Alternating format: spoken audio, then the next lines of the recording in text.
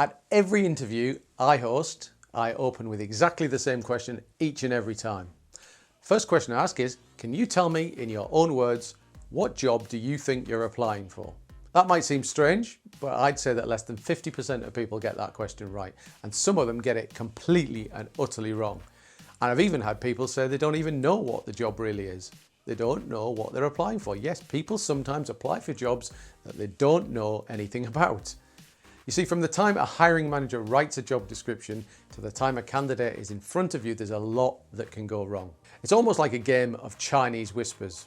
Documents get amended, translated, filtered, the tone of voice gets changed, and especially if you're going through a third-party recruitment agency or outsourcing provider, well, all sorts of things can happen.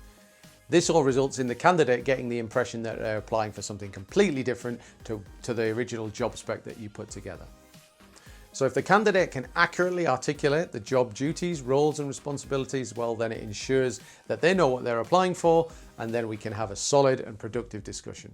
If wires get crossed at the start, things can get confused, and even worse, I've seen cases where people actually get right through the hiring process and start a new job. They take the role, they're on site, they've taken the job, and then all of a sudden they find out it's most certainly not what they expected, and that's never a good thing.